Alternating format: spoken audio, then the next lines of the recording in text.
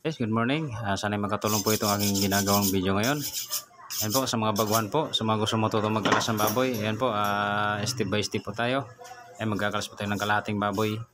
Ayan, una pong tanggalin dyan yung tampalin. Ayan, hiwaan nyo lang po para madali siyang hilain. Hindi siya matigas hilain. Ayan, sa lomo naman, sa pagtanggal, yan po yung lomo. Ay, dikit nyo lang po yung kutsilyo sa pork chop.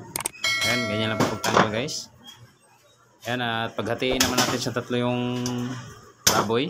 Sa pigi po ay ito join, dito ay 4 ribs tayo. Island po ang hiwa ng liempo para may pitcho po siya, no? At malaki yung liempo kasi mahal po yung liempo. Kailangan palakihin po natin yung liempo. Yan guys, at tatanggalin lang natin yung, pahiwalayin ko lang po yung baboy, pagtatluhin lang po natin.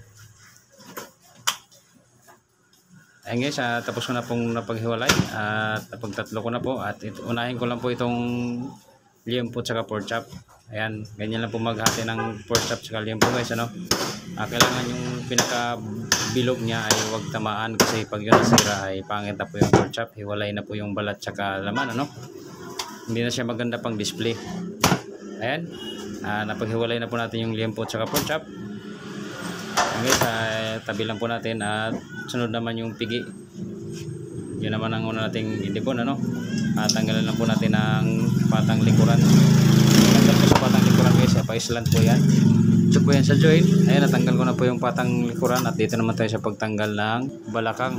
Ayan po, at pasensya na po at medyo malayo po yung ating video, kasi wala kasi tayong tagahawak. Ayan, nilalagyan ko po yan ng laman kasi para madali siyang ibinta, Yes, dito naman po tayo sa pagtanggal ng bias. Sa pagtanggal po ng bias ay yung magkabilang dulo po, diretso nyo lang po yan. Hiwain nyo lang po yung laman hanggang sa makita po yung buto. Pag nakita nyo po yung buto ay dikit nyo lang po yung kutsilyo, sundan nyo lang po yung bias. Paikot po yan guys hanggang sa matanggal, Sa pagtanggal naman ng bias guys ay depende po yan sa inyo, Itong sa akin kasi hindi ko nilalagyan ng laman, gawa ng pangdagdag ko po ito sa mga kantin, At pwede nyo rin naman lagyan ng laman yan para maibinta po siya ng medyo mataas-taas, tapos po tayo sa pigi. Dito naman tayo sa kasim. Yan, tinanggal ko lang po muna yung patang unahan.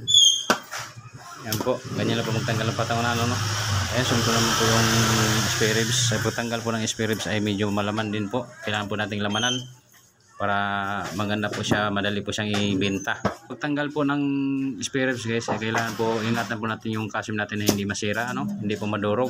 Kasi papangit po pag-display natin ay medyo pangit po siya, pagdurog.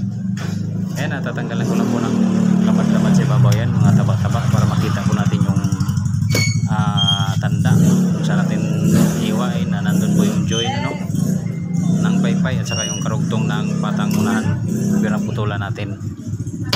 Ayan po yung uka na yan, yan po yung join, diretso na po, hiwain nyo lang po, diretso na po yan guys.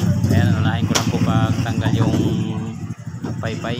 Dito po sa paypay ay medyo mahirap po ito tanggalin, di tulad ng pigi, madali lang kasi yung pigi. Lahat po ay dito po nahihirapan sa paypay.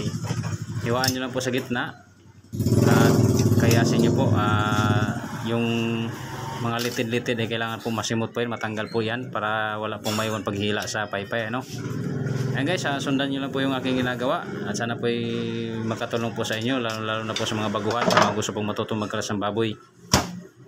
Ayan guys, sundan nyo lang po, tingnan nyo lang po kung anong aking ginagawa.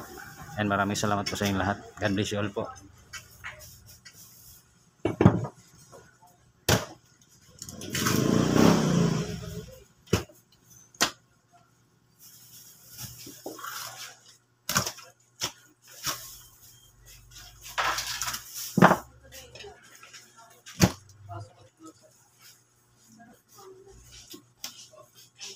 Gusto ko,